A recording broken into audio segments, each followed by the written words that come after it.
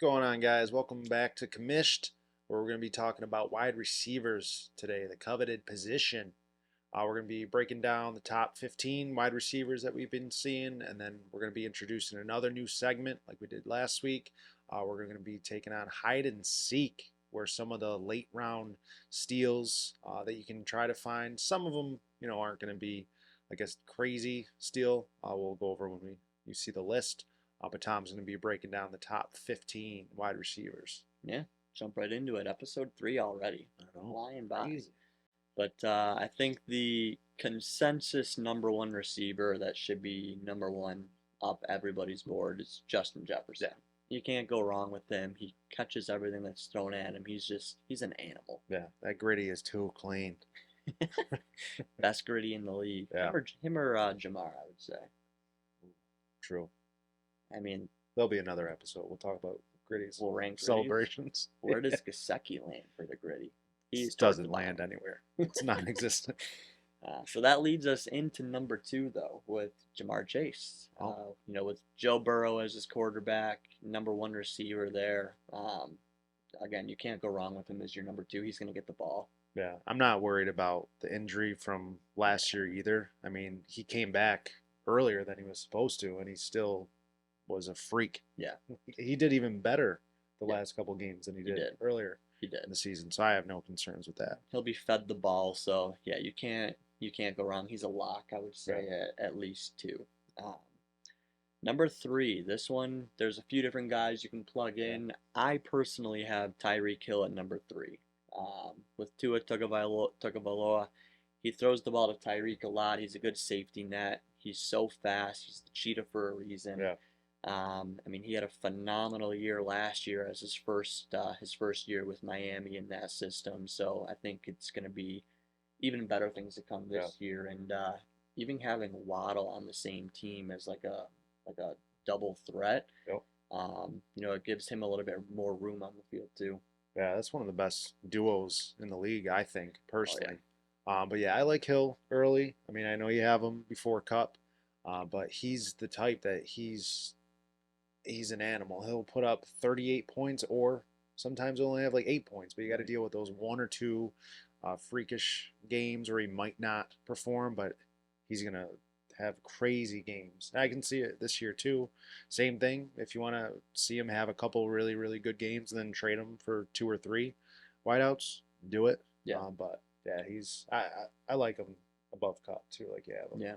That's another thing. I mean, a lot of these guys you can definitely, like Jamar and Jefferson, I don't know if I would personally move them unless I had to make a move, like I was really doing bad. But Tyreek's a guy where he is so hit or miss, right? He's not going to have a game where he's getting you 16 points. He's either going to go huge or he's not going to show up. Right. So he's a guy that if he starts off strong, that I would definitely potentially look on maybe moving on, depending on the return. Yeah.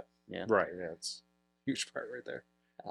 Number 4, and again, this one's interchangeable with Tyreek too. I'd say Cooper Kupp at 4. The year he had 2 years ago was just unbelievable. Last year was obviously a down year as far as following up the year before. But I think if him and Stafford can get that connection back, they can both stay healthy. I definitely see him getting back to producing a lot more than he did last year. Yeah, that's the only thing you'd have to monitor throughout like the off season and early is injuries.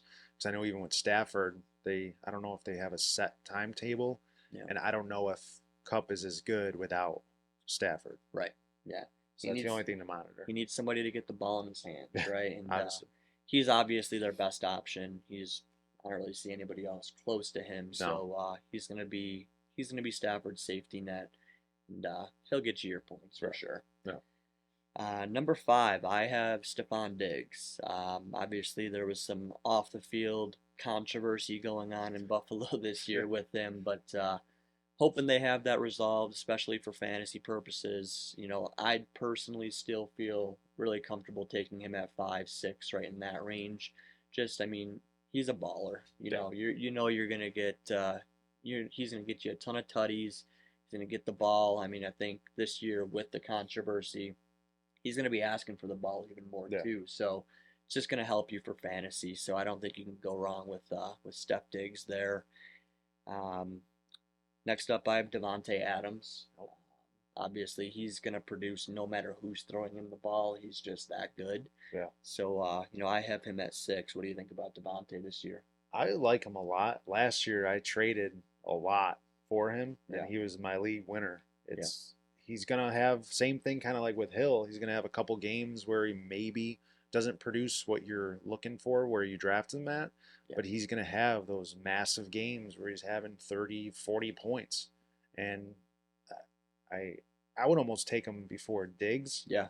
but I though same thing. A couple of the three that you have there are going to be interchangeable, but Right. I love Adams. Yeah, and I mean last year, the last 4 or 5 weeks of the season, there was nobody better. No, Like he was putting up 30, 40 points week in, week yeah, out. Like it was unbelievable. So I think if he can pick up where he left off, he'd be a steal at 6 in my opinion. yeah, I like it. Well, after 6 for a receiver, I should Right, say. yeah, nah, 6 overall.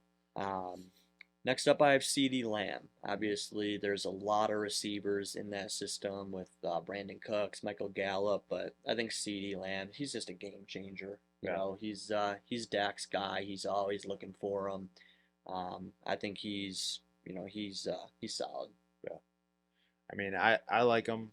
I I'm not a fan of Dallas wide receivers, So many of but them. when you have the top guy, I mean, he's going to get the work. Dak's to me, this is a prove it year for Oh Dak. yeah, it has to be. So I can see him throwing a lot, and Lamb's going to take bulk He'll of have the ball all that. for Yeah, sure. I like him. Guy who I loved last year after being traded to Philly, AJ Brown. I think him and Jalen Hurts together, it's like lamb and tuna fish, as as was said in Billy Madison. So he's another one. He's a monster. Like Yeah. he's just built and catches everything that's thrown at him. I know he had a little bit of injury history in the past, but last year for the most part he was good. So yeah, if he's on the field, there's not many better. Yeah, I mean, seeing what he did the first year with Hertz, Yeah. I mean, the second year with that chemistry just built in, I'm taking him all day. Kind of gets back to Tyreek, same thing Yeah. with Miami. You know, year one they were both monsters with their quarterback. I think this year they just build on top of that. Yeah, even and more. that's another duo, him and Smith, that can both produce. Yeah, You know? right. Next up, I have Amon-Ra St. Brown for the Lions. So he's a good receiver. Yep. I think he's kind of slept on. He's not the big household name like a lot of the guys we said before. So I think a lot of people forget about him. Yeah, I mean, like you said, he'll have a quiet year. People don't really think about it, but then last year he was a beast. This year, I don't know if he's gonna put up as many like top weeks that he had last year, Mm-hmm. but I can see him kind of averaging around like 16, 20 points Right. here or there because there's no one behind him that's going to take a lot of the share. So I can see him still being good. I wouldn't put him in my top 10 for wide receivers, but I would target him late in like second round, early third if I could. Yeah, if you can get him third round, Yeah. I'd say that's a steal. And I just wouldn't take him too early. Yeah. No, I mean, I would say definitely not in the first round, round and a half. I think there's a Yeah. lot of other guys between receivers and running backs that you can get that are going to produce more than him. Yeah. But if you can get him end of the second, early third, I think that's a solid pickup. And like you said, if he can get you 16 to 20 a Yeah. week and be consistent, I mean, you need that. And that's what I can see. I don't think he's going to have those crazy above 30 points like some of the receivers you already mentioned, but Mhm. he's going to get you consistency, which is what I'd want prefer that. to have that Yeah. than wait for that 38-point game. Right. Right. Good point.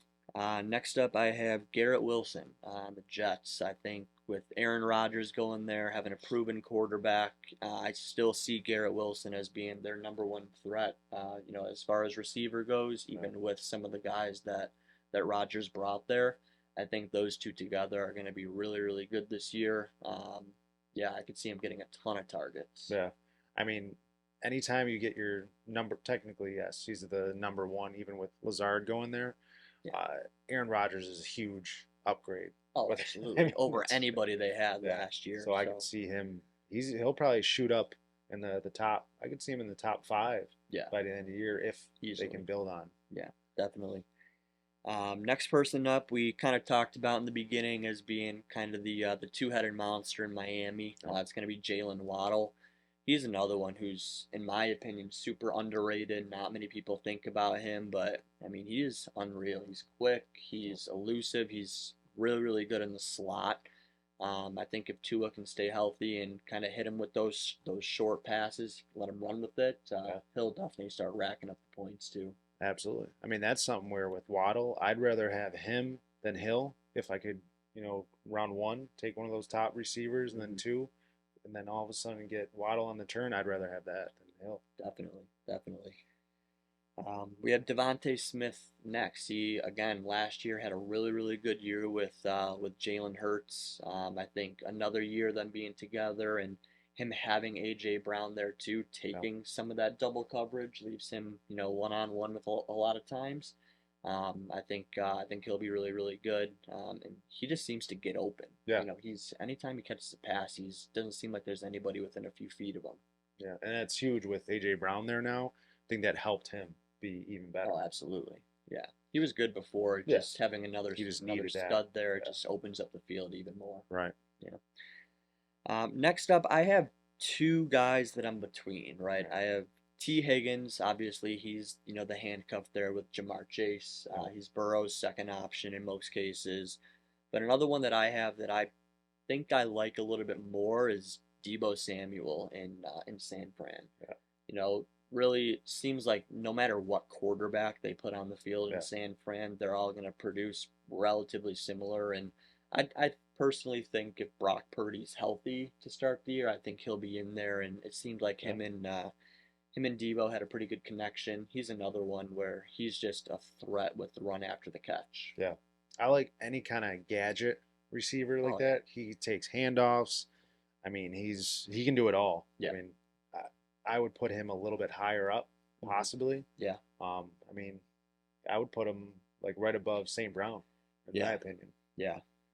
Yeah, if you can get him late, I mean, and that'd be a steal in my Yeah, opinion, for absolutely. sure. Next up, another really good year last year. I think he has a little bit of an upgrade in quarterback coming this year too. Yeah, It's over in New Orleans. Chris Olave. Derek Carr went there in the offseason. He's oh, an established quarterback who can throw the ball. He's I think pretty clear. I mean, there's Michael Thomas there too, right? But yeah, I definitely see a lot more upside with Olave. So yeah, I think if you can find him in early third, late third. yeah. That'd If be he's there. yeah. If he's there, he might even go sooner. So that'd be a good pickup too. Man, Derek Carr's like once he finds his go-to receiver, he feeds him. Oh yeah, I mean, look what happened with Adams. So, right. I mean, that would be a huge pickup. That's one I would stack with Derek Carr all day. Oh, absolutely. Yeah, you always want to look for those QB receivers stacked. Yeah, That way, if the receiver scores, quarterback throws it, right. double them up. Then rounding out the top 15, I have DK Metcalf. Right, he has Geno Smith still there. Yeah, He had a pretty good year last year, and I think there's Lockett too, but I definitely put Metcalf over Lockett. yeah, He's just another one. He's an absolute beast. yeah. He's So a monster. he is. He is. They late in the season is when he started like taking off. I mean, one on one, he's wins 9 out of 10 times. Yeah, for sure. So I can see him taking over. Lockett usually, was a little bit better PPR, but I think you're Hmm. going to see a flip this year where Metcalf is definitely the guy. Same thing. I'd move him up a little bit, Yeah. but that's just from personal preference. Right. I like the big receiver that's winning those one on one, getting a lot of targets. Oh yeah, for sure. And obviously that was the top 15. There's one more guy I want to throw out there that could be a dark horse though. Katy Mr. Perry. Odell. Oh wow. Uh, Give me Odell Beckham Jr. Coming off the injury, didn't play last year. He went to Baltimore. He has Lamar. He has Mark Andrews there as the tight end. So I think he could have a really really good bounce back year. I personally see him going off this year if he can stay on the field. Yeah, I mean, I'm not a big Odell fan right now until I see it, I guess. Let him I prove it. mean, yeah, Let I him mean, yeah, prove it. back in the day, he was, yeah, I would be like, wow, you're absolutely right. Yeah. But I just can't. I can't see it, and Lamar still, to me, has to prove it too. Yeah.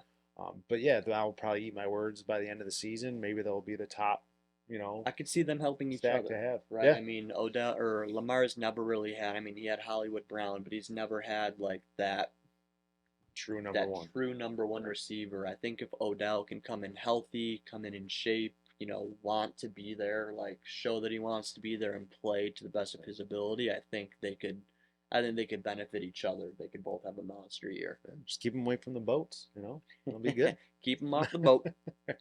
But yeah, that was the top 15 with a little bit of a dark horse towards the end there. And now I'm gonna pass it over to Ian to play a little hide and seek with you. Hide and seek. So yeah, the first on my list really isn't like this crazy person that you shouldn't already know about, but it's going to be Calvin Ridley. I think that a lot of people are forgetting about him, and he hasn't played for a year. Some people might look at that as a negative, but I look at that as that's a year of rest. And when he was with the Falcons, he was great pickup to have. Now a new team with the Jags, Trevor Lawrence. I think he's going to be the guy. So I'll take him late. I mean, I think you can get him probably third, maybe fourth round, where I've been seeing him because right now he's been falling right wide receiver 19. So I mean, the third round is probably where he's going to be going. And that's where I would actually feel comfortable taking him. Yeah, I'd take a shot at him. Yeah. Nice bounce back year. He has a few other good receivers around him. Yep. So yeah, I mean, I liked him a lot when he was on Atlanta, and I think Trevor Lawrence is gonna have a pretty good year too. So I definitely see a lot of upside with Calvin Ridley. Yeah. And another one that I've been seeing, wide receiver right around 44. It's going to be Gabe Davis. I get it. Last year with the drops, he didn't have those like 3 touchdown games like he had the season before. I think this is his bounce back year. Yes, Diggs is going to get a lot of the bulk, the volume, but I think this year Gabe Davis will, finally be settled in. I can't see drops being that big of a problem. They're going to have to score a lot this year to make it to where they want to go. I think good thing for him too. It's kind of a make or break year. I'm Yeah. pretty sure this is a contract year for him, so he's playing for something. I know last year Bills fans weren't super happy with his performance and his drops, so I think that'll be on his mind a little bit, wanting to kind of come back a little bit from that. So yeah, I mean he's somebody that I might take a little bit later on. Yeah. Just to maybe start on my bench, see how he does the first few weeks. Yeah. But yeah, I mean, if he performs, I mean, you've seen him catch 3 touchdowns in a game. Yeah. He can definitely be that game breaker you can find late rounds, potentially. And Diggs is going to need help. I mean, Yeah. yes, he's still great, even double covered, but I think that would be solid pickup late. Yeah. Another one that I'm looking at right around the same spot, wide receiver 40, right around there, 39. It's going to be Kadarius Toney. I mean, right now, Juju's out of KC. Tony's the guy besides Kelsey. There's no one else that Mahomes has. And Tony is a dog. He is. Like, he's going to be a monster for them this year. I mean, that's just what I'm looking at. I know last year he doesn't have a ton of volume that you saw, but again, there was other people there. Yeah. Now he's the only one. He's the guy. He's like you said, he's a dog. He can play. Obviously Kelsey's going to get the ball. But I mean, if Mahomes needs another option, I think Tony's going to be there. And when you have Patrick Mahomes throwing the ball to you, I think that makes anybody better. So yeah, he's just got to make use of what he's going to get because he'll be getting targeted early in the season, and if that sticks, it'll be kind of a prove it type deal. Right. Yeah, that's going to be massive for him. And the next one I have is going to be Alan Lazard.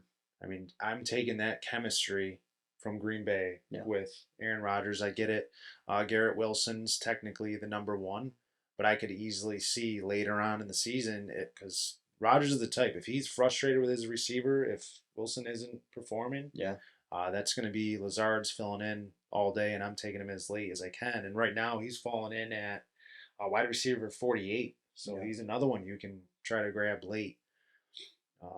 Maybe stash him on your bench a little bit. And, Rodgers likes him. He liked him last year, especially towards the end of the year. Not as much volume as the beginning, but once he started proving that he could, catch the ball, be a reliable receiver for him, you saw that trust and that chemistry start to build. So, yeah, I think that could translate well for the Jets. And like you said, Garrett Wilson, I think, is their number one. So he's going to be getting, a lot of those top corners on him, which might leave the door open for Lazard a little bit too.